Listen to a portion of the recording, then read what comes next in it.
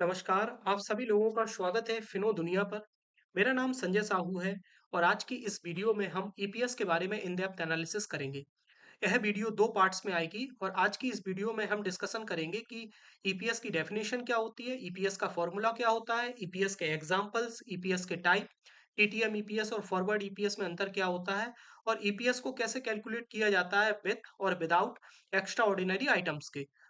तो चलिए अब हम ईपीएस की डेफिनेशन के बारे में बात करते हैं। ईपीएस का पूरा नाम अर्निंग पर शेयर होता है, जो कि हमें बताता है कि कंपनी ने एक शेयर के पीछे कितने पैसे की कमाई की है, कितने रुपयों की कमाई की है। उदाहरण के लिए मान के चलते हैं कि एबीसी एक दुकान है, इसके 4 ओनर हैं व इसके द्वारा एक फाइनेंशियल ईयर में 100 रुपए की अर्निंग की जाती है। तो यहाँ अर्निंग इन चारों व्यक्तियों में बराबर रूप से बांटी जाएगी। ठीक इसी प्रकार जब हम कंपनी की टोटल अर्निंग को उसके टोटल आउटस्टैंडिंग शेयर से डिवाइड कर दिया जाता है, तब हमें हर एक शेयर के द्वारा कमाई गई अर्निंग्स के बारे में पता चलते हैं। चलिए अब हम आगे जानते हैं कि ईपीएस को कैलकुलेट कैसे किया जाता है। ईपीएस को कैलकुलेट करने का फॉर्मूला बहुत ही सिंपल होता है। सबसे पहले हम नेट प्रॉफिट लेते हैं। नेट प्रॉफिट जनरली जो फाइनेंशियल ईयर शुरू होता है, जो कि 1 अप्रैल से 31 मार्च के बीच होता है, उसको उसमें कंपनी के द्वारा कमाई गई होल प्रॉफिट यानी कि जो उसका नेट प्रॉफिट होता है, उसमें से यदि कंपनी ने कोई प्रीफर्ड शेयर इश्यू किए हैं, तो उन पे लगने वाला डिविडेंड उसको इस नेट प्रॉफिट से अलग कर दिया जाएगा और total number of outstanding share से जब हम इसे डिवाइड कर देते हैं, तो हमें ईपीएस का फॉर्मूला निकल के आ जाता है। इसे हम एग्जांपल के माध्यम से समझने की कोशिश करते हैं। माना कि एक कंपनी है एबीसी, उसने फाइनेंशियल ईयर 2022 में 10 लाख रुपए की अर्निंग्स की है तथा उस कंपनी के टोटल नंबर ऑफ शेयर है 10,000 रुपए। तो जब हम इसका ईपीएस कैलकुलेट करेंगे तो जो नेट प्रॉफिट उसका 10 लाख रुपीस है, जब हम उसे 10,000 जो कि नंबर ऑफ आउटस्टैंडिंग शेयर उससे डिवाइड करेंगे, तो हमारा ईपीएस निकल के आता है 100 रुपी पर शेयर। लेकिन क्या आपको लगता है इस ईपीएस के फॉर्मूले के द्वारा निकाले जाने वाले ईपीएस के माध्यम से आप वैल्यू इन्वेस्टिंग कर सकते हैं? बिल्कुल नहीं, क्योंकि यदि ऐसा होता तो हर कोई व्यक्ति बड़ी आसानी से इन्वेस्टिंग कर लेता। क्योंकि ये ईपीएस ठीक वैसा ही है जैसे समुद्र में तैरता हुआ बर्फ का टुकड़ा, जो कि ऊपर से जितना दिखाई नहीं देता, उससे कहीं गुना ज़्यादा वो नीचे की ओर होता है। ठीक इसी प्रकार केवल इस ईपीएस को देख लेने मात्र से ही हम केवल कंपनी में इन्वेस्ट नहीं कर सकते, बल्कि इस ईपीएस के कई रूपों को और भी देखना आवश्यक होगा, जो कि हम आने वाली स्लाइड्स में देखते हैं। तो चलिए हम जानने की कोशिश करते हैं कि ईपीएस के टाइप्स कितने होते हैं। ईपीएस के जनरली 3 टाइप्स होते हैं। नंबर पहला बेसिक ईपीएस, नंबर दूसरा डाइल्यूटेड ईपीएस, नंबर तीसरा होता है excluding oblique including extra ordinary items. तो अभी हम जिस ईपीएस को पढ़कर आए हैं उसे बेसिक ईपीएस कहा जाता है। तो अब हम पढ़ेंगे कि डाइल्यूटेड ईपीएस क्या होता है। यदि किसी कंपनी के कैपिटल स्ट्रक्चर में स्टॉक ऑप्शन, प्रीफर्ड शेयर या रिस्ट्रिक्टेड शेयर होते हैं, जो कि आमतौर पर कंपनी के लिए एक लोन का कार्य करती हैं या लाइबिलिटी का कार्य करती हैं, और इस लाइबिलिटी के इफेक्ट को दर्शाने के लिए कंपनियां generally profit and loss statement में डाइल्यूटेड ईपीएस को भी शामिल करती हैं।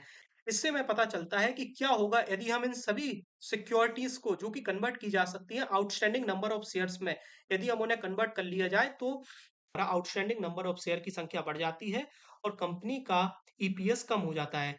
डाइल्यूटेड ईपीएस जनरली में बताता है कि खराब से खराब कंडीशन में भी किसी भी कंपनी का ईपीएस कितना हो सकता है, क्योंकि डाइल्यूटेड ईपीएस कंपनी के उन सभी लोन्स या लाइबिलिटीज को शामिल कर लेता है, जो कि जनरली बॉन्ड्स, प्रीफर्ड शेयर के रूप में कंपनी अन्य लोगों को इश्यू करता है। चलिए अब हम डाइल्यूटेड ईपीएस का फॉर्मूला देखते हैं। डाइल्यूटेड ईपीएस का फॉर्मूला भी ऊपर वही होगा, उसमें भी कुछ नहीं करेंगे कि नेट इनकम में से हम जो प्रीफर्ड शेयर का डिविडेंड है उसे हटा देंगे। नीचे हम लिखेंगे डब्ल्यूएएसओ प्लस टीडीएस। डब्ल्यूएएसओ का मतलब होता है वेटेड एवरेज शेयर आउटस्टैंडिंग। इसका मतलब क्या होता है? इसका मतलब होता है कि कभी कभार ऐसा होता है कि सपोज करते हैं फाइनेंशियल ईयर 2022 के फर्स्ट हाफ में कंपनी के जो total number of outstanding share थे वो 100 थे। उसके बाद कंपनी एक स्प्लिट लाती है और उसके आउटस्टैंडिंग नंबर ऑफ शेयर 100 से 200 हो जाते हैं। इस प्रकार से अब हम जब कंपनी का ईपीएस निकालेंगे, तब हम total number of outstanding share को निकालने के लिए इसका एवरेज निकालेंगे, यानी कि 100 plus 200 divided by 2 equals to आएगा 150। तो यानी कि यहाँ पे जो डब्ल्यू हो जाएगा वो हो जाएगा 150। सीडीएस का मतलब होता है वो सभी सिक्योरिटीज जिनको कन्वर्ट किया जा सकता है आउटस्टैंडिंग शेयर में। यहाँ पर जानने वाली बात यह है कि डाइल्यूटेड ईपीएस जो है वो हमेशा ही बेसिक ईपीएस से कम होगा, क्योंकि स्वाभाविक सी बात है कि जब हम सिक्योरिटी को कन्वर्ट करके उन्हें आउटस्टैंडिंग शेयर में चेंज करेंगे, तो ऑटोमेटिकली आउटस्टैंडिंग शेयर की संख्या बढ़ जाएगी, जिसके कारण ईपीएस कम हो जाएगा। चलिए अब हम डाइल्यूटेड ईपीएस का एग्जांपल देखते हैं। सपोज करते हैं कंपनी है एबीसी, उसका बेसिक ईपीएस और डाइल्यूटेड ईपीएस में अंतर देखते हैं। कंपनी है एबीसी, एबीसी इसके आउटस्टैंडिंग शेयर 1000 और 1000 इसका नेट प्रॉफिट है 1 लाख रुपए और इसका नेट प्रॉफिट भी है 1 लाख रुपए। लेकिन यहाँ पर convertible security in outstanding share यहाँ पे 0 0 है और यहाँ पे जो कन्वर्टेबल सिक्योरिटीज जो आउटस्टैंडिंग शेयर में चेंज हो रही है वो 100 है।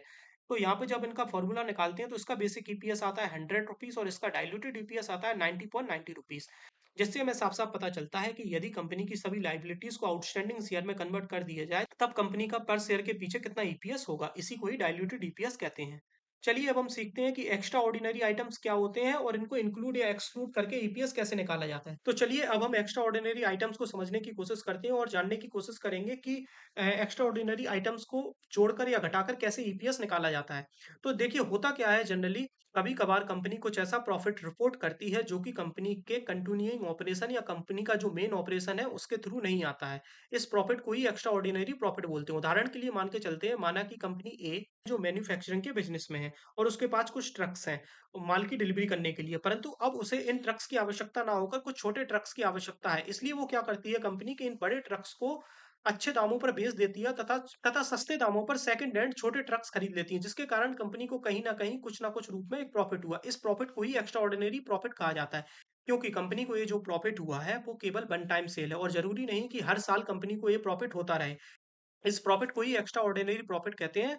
चलिए अब हम एक्स्ट्रा ऑर्डिनरी प्रॉफिट्स को इंक्लूड या एक्सक्लूड करके ईपीएस निकालने की कोशिश करते हैं। सपोज करते हैं कंपनी है एबीसी, इसका बेसिक ईपीएस एक्सक्लूड कर रहे हैं इसमें और इसमें इंक्लूड कर रहे हैं। माना कि total number of outstanding share 1000 है, इसमें भी 1000 है, इसमें भी 1000 है। इसमें जो नेट प्रॉफिट है एक्स्ट्रा ऑर्डिनरी प्रॉफिट से पहले वो है 1 लाख रुपए, वो भी यहाँ पे भी 1 लाख रुपए और यहाँ पे भी 1 लाख रुपए। परंतु यहाँ पे एक्स्ट्रा प्रॉफिट 0 रुपए है, यहाँ पे एक्स्ट्रा प्रॉफिट 10,000 रुपए है और यहाँ पे एक्स्ट्रा प्रॉफिट 10,000 रुपए है।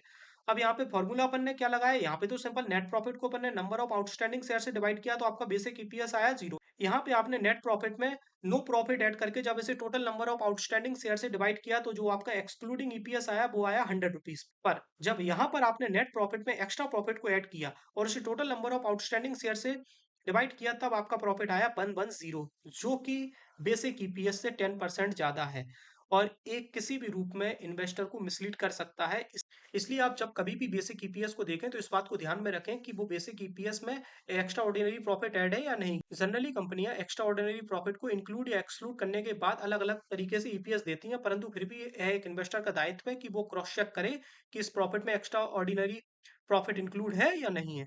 आप सभी लोगों का बहुत-बहुत धन्यवाद इस वीडियो को देखने के लिए। जैसा कि आज की वीडियो में हमने जाना कि ईपीएस होता क्या है, ईपीएस की डेफिनेशन क्या होती है, ईपीएस को कैलकुलेट कैसे किया जाता है, डाइल्यूटेड ईपीएस क्या होता है और एक्स्ट्रा ऑर्डिनरी आइटम्स को इंक्लूड या एक्सक्लूड करके ईपीएस कैसे निकाला जाता है।